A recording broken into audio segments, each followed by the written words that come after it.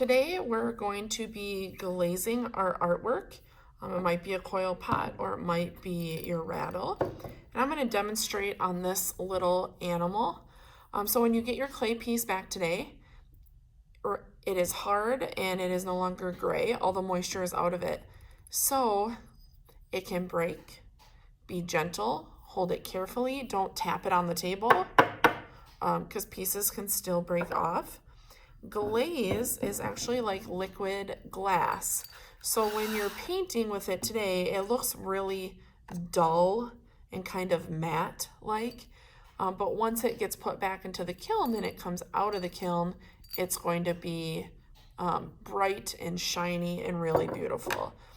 An example of that is this right here is a blue, and it is this blue that's inside my coil pot. They don't look anything like you would think.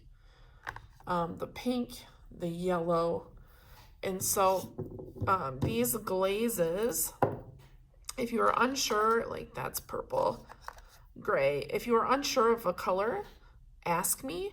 But typically, like green is green, pink is pink. These are all the color that they look like.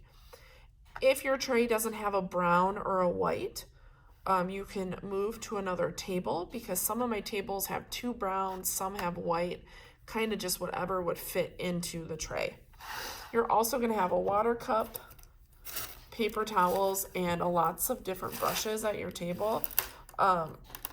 For some, you might be using a big brush, especially on the coils. If you have a big area to cover, you want to find a big brush. If you have a little area to cover, like my eyes, I put white. I used a really tiny brush. And then for the inside, I mean, you can barely see that. I used an even tinier brush. But for everything else, it was larger. So when you're coloring, I'm going to use a dark color, so I'm going to use this green. You want to cover everything. So if you have some texture, you might need to dab it a little bit. But you want to cover it the best that you can. If you remember from glazing before, you put 3 layers of the same color on.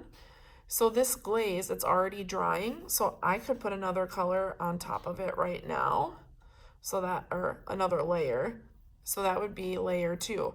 Now layer 2 is going to take a little bit to dry, so while this is drying, I'm going to move to my next color. I need to clean off my brush,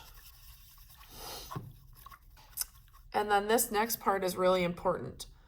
You don't want to leave your brush wet. You need to dry it off, and you want it to be as dry as possible before you move to your next color. So let's see, let's do pink, why not? So maybe this side of my lion is pink. I don't want you to just wait for each layer to dry without moving on to another color, because that's going to waste your time. You can always clean your brush and always return to a color. Like this green is already dry. So again, I would clean my brush, dry it off, move to my green, paint on my 3rd layer. We paint on 3 layers so that the glaze covers really well. Do not put more than 3 layers because then it can get too thick. My last reminder before we start is do not glaze the bottom of your piece. On this animal, I wouldn't glaze 1, 2, 3, like where his 4 feet are. I could glaze up in here. Do not glaze whatever will touch the table. So on the coil pot, it's the entire bottom. On your clay rattle, it might be the bottom. If you have a tail that touches the table or a leg that touches the table, do not glaze the bottoms of those. If you have a question about that too, you can ask me. But if you glaze the bottom and it gets put into the kiln again, it will stick to my clay shelf, and the only way to get it undone is to break it off. So keep that bottom clear.